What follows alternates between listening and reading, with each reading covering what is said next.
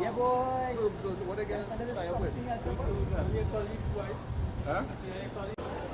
Organize, we're coming across border just now. Pack all the bags, we're coming across. Alright? Coming across just now.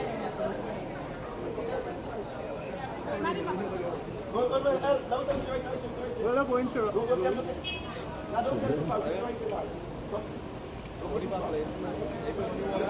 Sorry guys.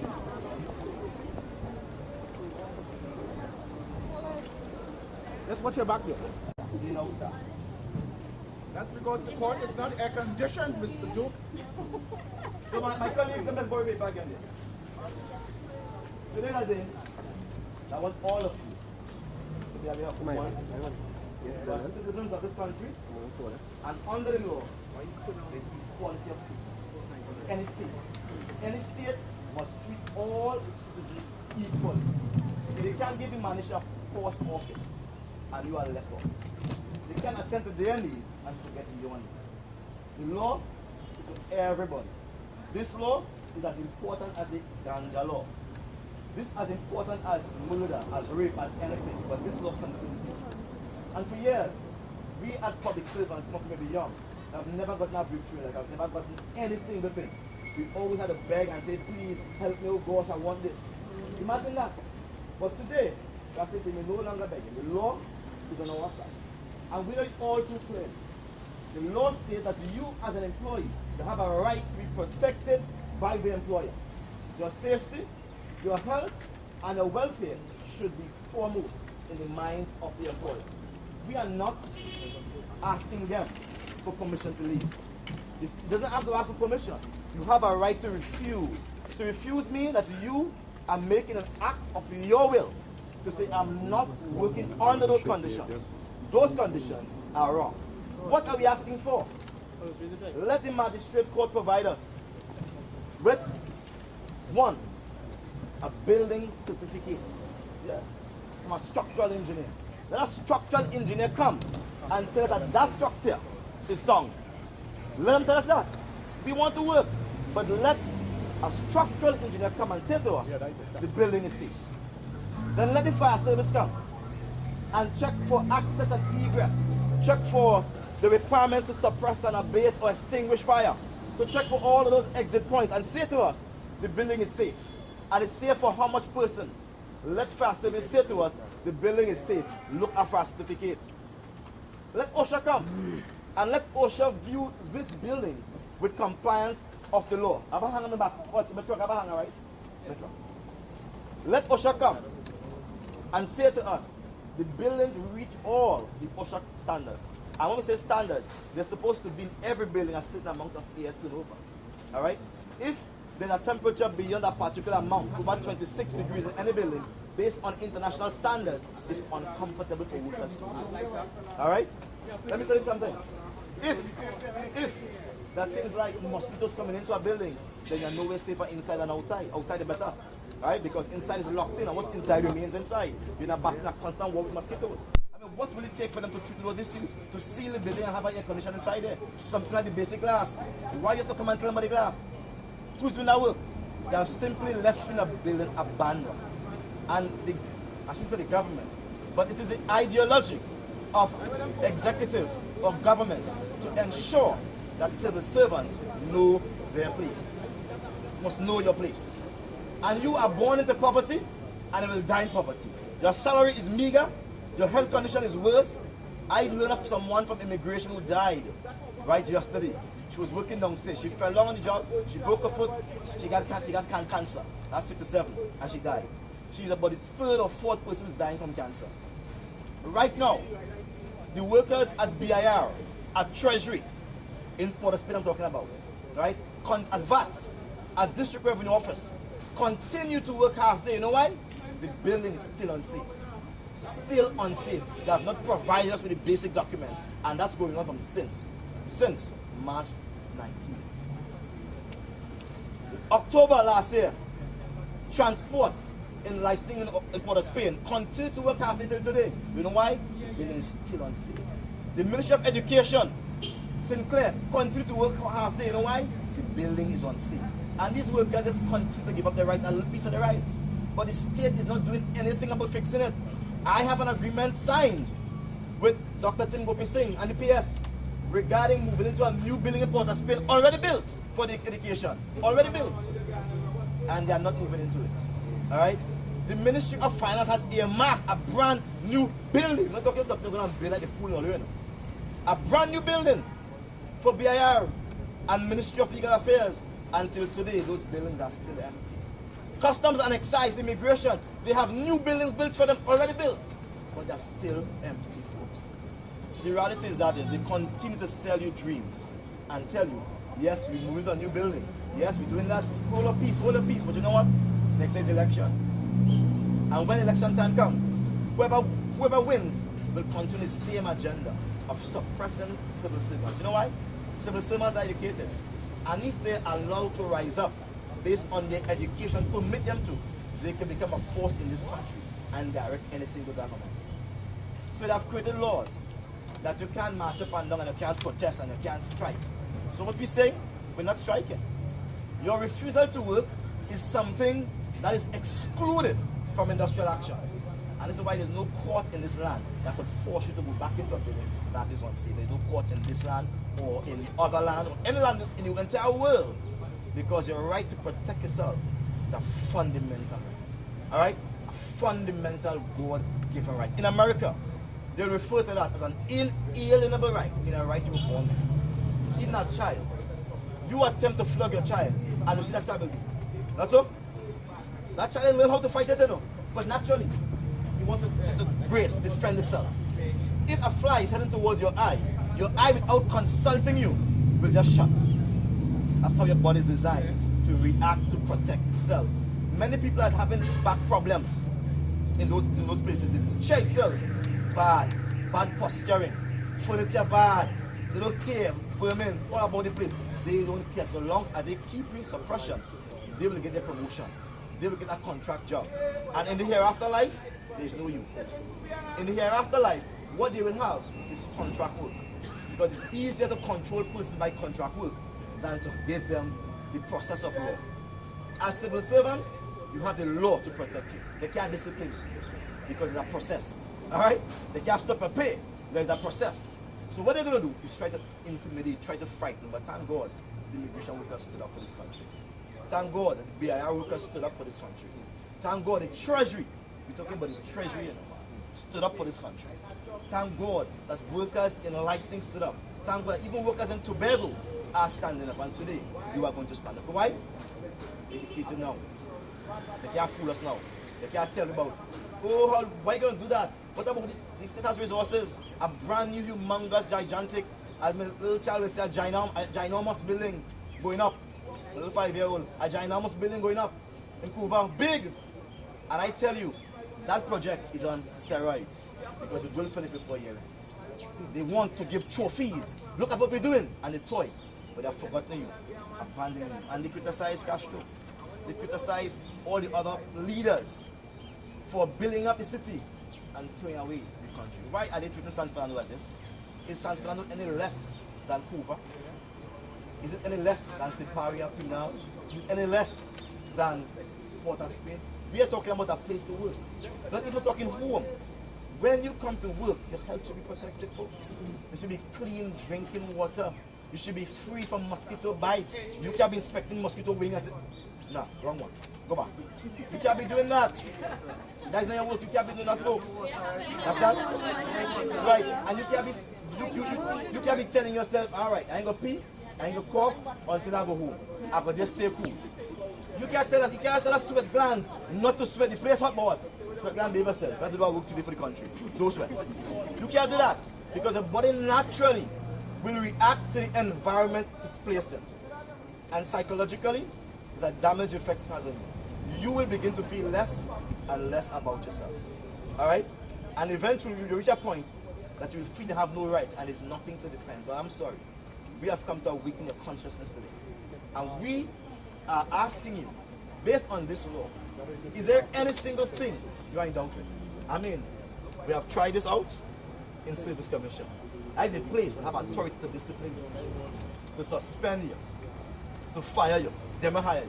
No minister, no CJ, no star boy or star girl can't fire you. As I say to you, you're protected under the state law, which they want to remove, by the way. They want to remove that. You can have free access to match you up. We're not supporting that. If there's anything today that makes you fearful, that puts you in a place of doubt, you could ask a question. Clearly, the conditions I see there, zero tolerance on that. Zero tolerance on that. As so long as there are form you have to fill out, pass it form, you don't fill out. There are form you have to fill out, and once you fill out and give it to him, we will wait with you. We will sit and we will wait, because one thing about this PSA, we supervise our exercise. We don't leave nobody at all to risk. We'll give you a form to fill out, right? The form is very yeah, why not going to a very simple form that you're going to put the date on it. It's to the chief inspector. We are serving notice on the chief inspector. You want to know procedure? Yeah, we're going to give them procedure. So we have a simple form to the chief inspector, occupational health and safety. Dear sir, madam, I wish to report to you I have sufficient reason to believe that there exist unsafe and unhealthy working conditions at, and I write in San Fernando Magistrate Court, located at, put the address. What the address is? Harris Street. They put out there. Where I am employed as a clerk, stenographer, whatever, JSO, whatever, you're going to put your title there. Therefore, they're informing him, because we're not hiding. I have exercised my right under Section 15 of the Occupational Health and Safety Act 2004, as amended by Act number 3 of 2006, to refuse to work. You're right, you're exercising it. We know what to do. We perfect the act, folks. You gotta just put the fill in the blanks, like school. Fill in the blanks. It's really easy. Trust me. Anybody could do this. Good? Therefore, I've refused to work, and I'm calling upon you to carry out an inspection of the premises in compliance with the Act, pursuant to Section 18(1) of the said Act. I must be informed prior to the inspection so I can be present during the conduct of same. You see, we don't want a thief in the night inspection. Alright? They must inform you as a law. If you report an inspection, if you serve notice, they must report to you that I'm coming to inspect. So they're saying that. They say, I must be informed prior to the inspection so I can be present during the conduct of same. Being compliant, I demand a copy of the inspection report on the day of the inspection. I am concerned, inter alia, with the absence of a valid fire certificate, because we know there is none. So what we're saying, we are concerned with the absence of a valid fire certificate. Town and country planning approval. Questionable indoor air quality. Don't you question that?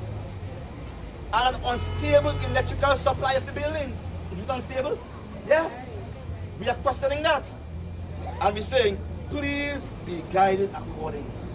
So you have listed your concern here. Below you'll put your signature, the contact number, and you'll put the employer. Who is the person who's in charge on here?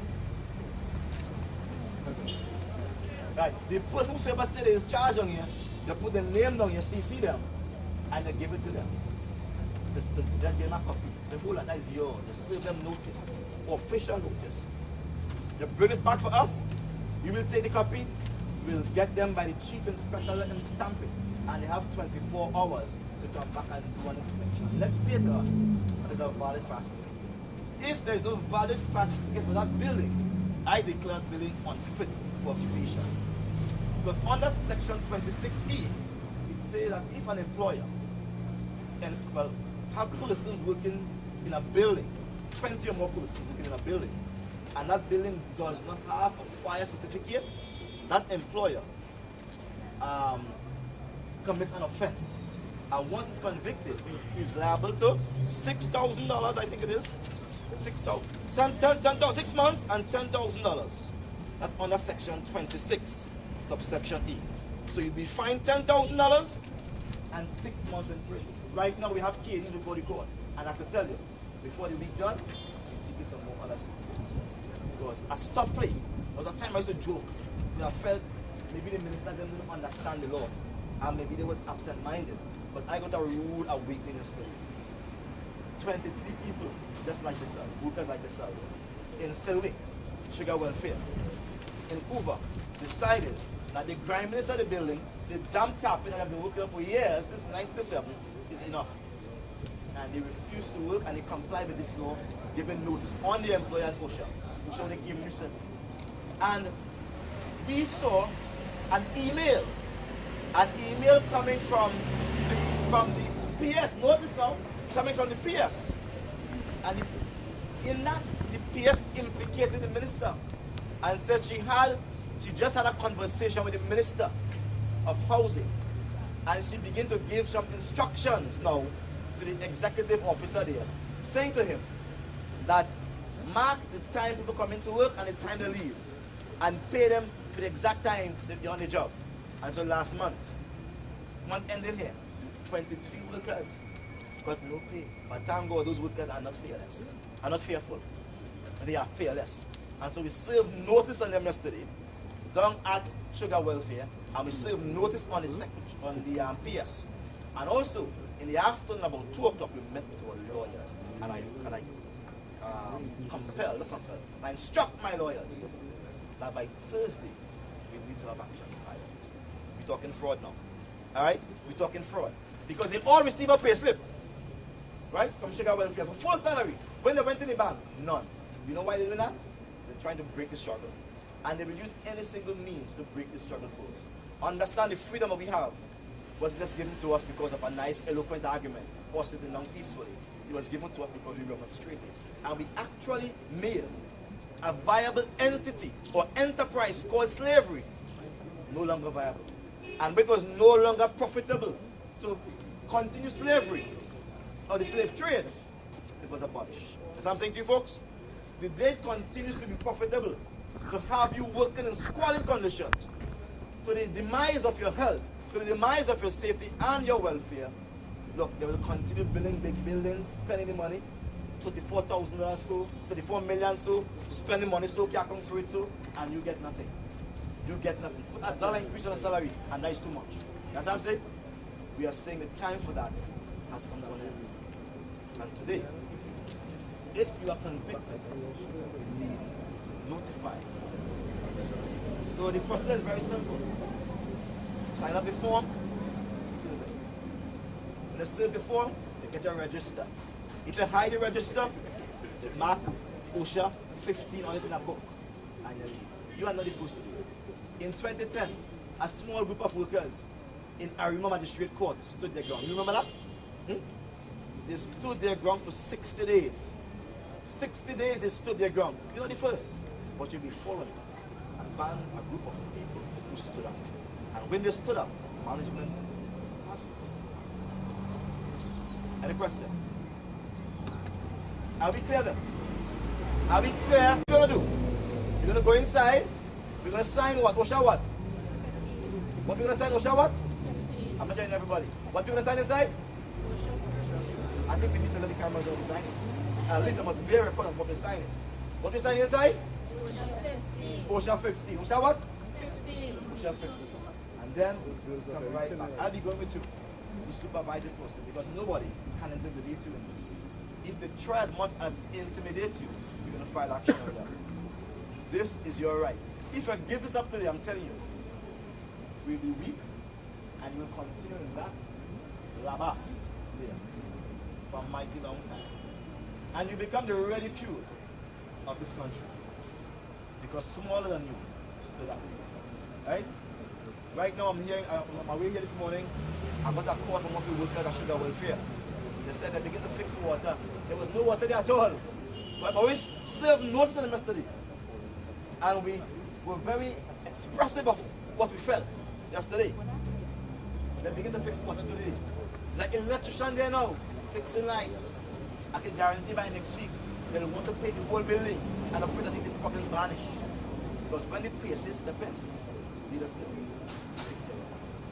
Now we can avoid it here. But thank God for Ainsley, Rocky, lawyer. Thank God for your consciousness. Thank God for the executive officers at Port of Spain, Munel, and my good friend that used to run to me, right?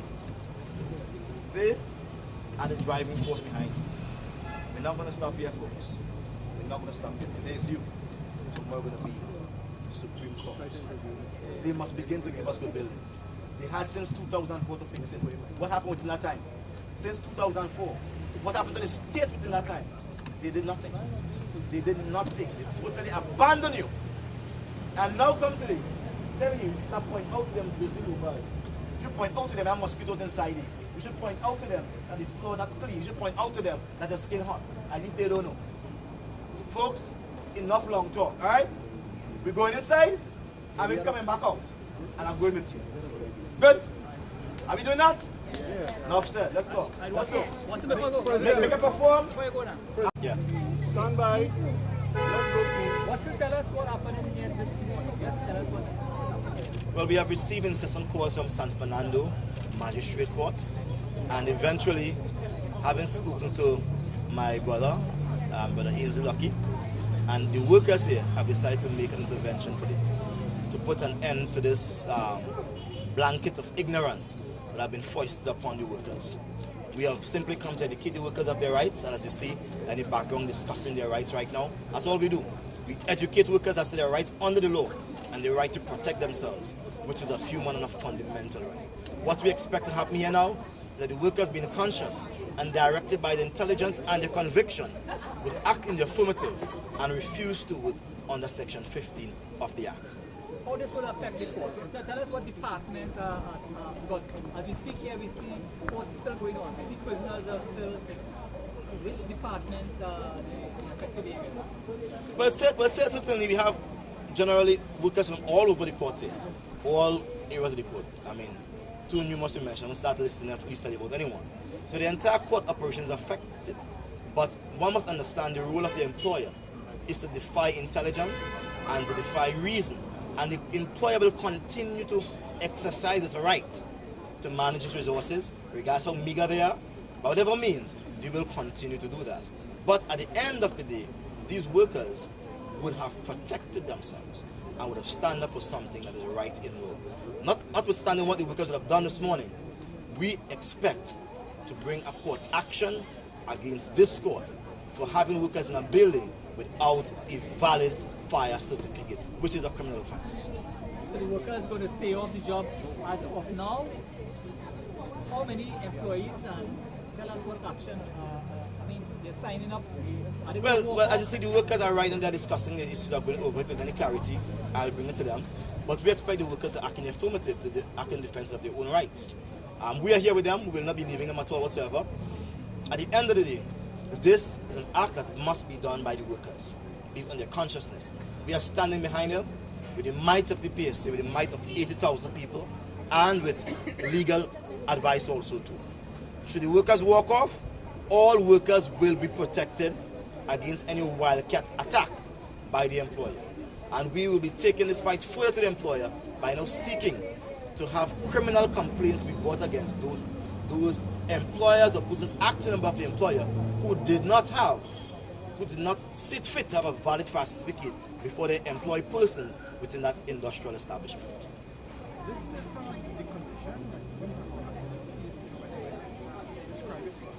Well, I've just basically taken a casual walk through, and I've seen old stained carpets that has a scent of molds, and you can definitely feel like it mites coming up on your skin. I'm not sure if it's psychological or it's physical. All right, you can see glass windows that have not been cleaned for decades. It means they are clear, but they're covered with dust and rain droppings. You can see mosquitoes. From what I see, I've seen mosquitoes looking black and white, so I suspect those are the Aedes-aegypti mosquito, which can spread, two or three diseases, as we know right now. All right. I've seen courtrooms. We were actually in courtroom number 2, where we conducted our meeting for about 10-15 minutes. And there the room was extremely hot. There were 4 or 5 fans inside there. There was a stench inside there that, to me, befits that of slaves. It reminds me of in Ghana, where there's that door of no return, where people's feces and mud and blood and bones mixed together in one. So it's that kind of grimy, airy feeling you have when you enter that courtroom. I don't know if that's the way they're treating prisoners, but also there are persons from the public coming there, and there are also persons from the judiciary there. And civilization suggests that persons must be given a safe and healthy environment in which to work. I mean, the very decent work agenda speaks about social concerns and respect for human being and dignity. So I've seen many things I've seen. I can list all of them out. I've seen outdated fire extinguishers. I've seen no fire escape plans. Well, I've seen a ceiling that is dropping, outdated. I've seen that across everything there is asbestos materials there. I've seen tarpaulin on the roof. I've heard complaints from workers that whenever it rains, water comes into the court and they have to be shifting around to an area where there's no rain. I mean, why should people working in this system modern day and age? I mean, why? The question is why? Why do you have to be telling the nation not to work in those conditions? I mean, it's just unthinkable that we could have human beings treating other human beings like that. And to me, the only reason for doing that is that they could gain an advantage, a psychological advantage over these people to let them know that you are servants. And you will serve me until I see fit to elevate you. But today we are breaking that. We are breaking that generational curse. And the civil service must be free workers. Free to be promoted, free to be appointed, free to demand the salary that their working counterparts in other institutions are collecting. I can't understand for the life of me why an engineer in the civil service collects about $10,000 and an engineer in Petro, Trinidad, so in a state organization collects about $20,000 or plus. Why? Why is that so? Why is that? Why is it that a CEO of the San Fernando City Corporation collects the same money as a grade 1 in Petro Trin, $16,000? Why? Why is that? And a grade 1 is a clerk. Why is the state treating so unequally with the civil servants of this country? And that's because the state seeks to have a psychological advantage, placing them in squalor, employing them under what we will call paltry circumstances, giving them bad terms. They are telling them, know your place. We are going to break that cycle of slavery, and nothing would be able to stop us. Because the march that is taking place among civil servants is a march for rights, a march for justice. As Peter Tosh will say, everybody's crying out for peace. Everybody, peace. They want peace. But all he wants is, all we demand is equal rights and justice. That's what we're demanding here this morning. Make the place safe. That's all I know. This is a health and safety issue. Make the place safe. Based on international law, anytime you're working in an environment that is above 26 degrees, it becomes uncomfortable. If it is under 19 degrees, it is uncomfortable. It must be between 20, 25, around the 22. That is reasonable for someone working in an environment. The place is humid. There's bacteria on the walls. I mean, the roof is dropping. Look at that. A building has been abandoned. I mean, if I was in a coma and I awake, I would have thought that it's an abandoned building. Clearly, I mean, the color resembles that of a cemetery, a graveyard, white and gray. I mean, why are they doing that to people? Do they have rights? Is it that you're going to shut down this court, at least when you all go back inside? Well, when we go back inside, the workers will decide. I want to suggest that I'm not going to be preemptive. The workers are free to make decisions based on their convictions. Whatever decision they make, we will support them. Right? I'm not in the commanding people or demanding of workers that they must do this. Workers are free agents. My role is to advise and to protect them and support their interests and welfare. I've come to advise this morning. And if they act in the affirmative, the PSA would protect them. That's all we're saying. Thank you, President. Thanks. I'll talk to Calipasa to get you on board. I want to see. I'm a partner. I have a story there for you. Say your name first and then tell us what I mean, you are instructed to My name is Ainsley Lucky. I'm an attorney at law, and I've practiced in Trinidad and Tobago since the year 2005, during which time I have noticed the rapid deterioration of the conditions in the San Fernando Magistrates Court. Now, I hasten to add that in 2006, two prominent South attorneys, Mr. Chetram Sinanan and Mr. Hansraj Bola, did try a thing but that thing fell short way of the mark. And since then, nothing has been done. Conditions have deteriorated, and being pretty well in that court daily, I have seen the effects of the leaky roofs. I have seen the effects of the fleas, the mosquitoes. I have seen the effects of people melting due to poor air conditioning. In short, the building is a very sturdy building, but priorities have shifted. And if I might be allowed to draw the public's attention to the fact that the state has planned $68 million to upgrade the Maracas Bay facilities, yet something like where we are in the industrial capital of this Twin Island nation, and we have a court peopled by throngs daily, Monday to Friday, and conditions are way below par. And I said to myself, enough is enough, and I made an aside remark in court, which was picked up by a very, very diligent reporter, Miss Sasha Wilson, who published it in the papers that Mr. Lucky called on Mr. Watson Duke to investigate the San Fernando Magistrates Court, the old court. There are two magistrates courts in San Fernando, a new one, the Medina building, which is another story, but right now we focus on the San Fernando old court, magistrates court. Mr. Lucky, what is your position here again? My name is Ainsley Lucky. I'm an attorney at law. Mr. Lucky, the lawyers will be boycotting. Oh, so excellent question.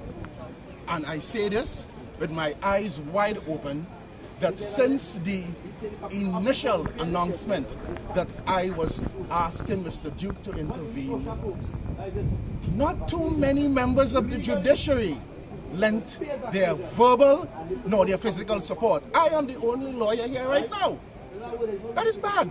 That is extremely bad. And the analogy to this is, what happened to the little boy who yelled, "The emperor has no clothes"? He was found drawn and quartered in the forest. Am I the little boy to yell, "The emperor has no clothes"? I call on the state to pour their money here. I call, where is Mr. Fuad, Dr. Fuad Khan? It was in the papers last week that he should be here. Where are the health and safety people? They're not here. So, is this issue going to die today, August the 5th, or is it going to continue? I hope it's going to continue. And if I am to be the voice crying in the wilderness, backed up by Mr. Watson Duke, so be it. Thank you. Thank you. Good. Close for the show. Let me go down the road now.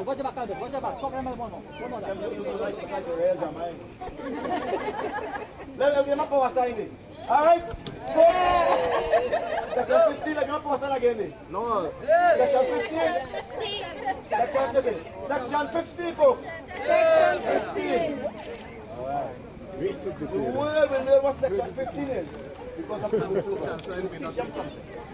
What section 15? All right. Enough said. We're going to walk the workers over one.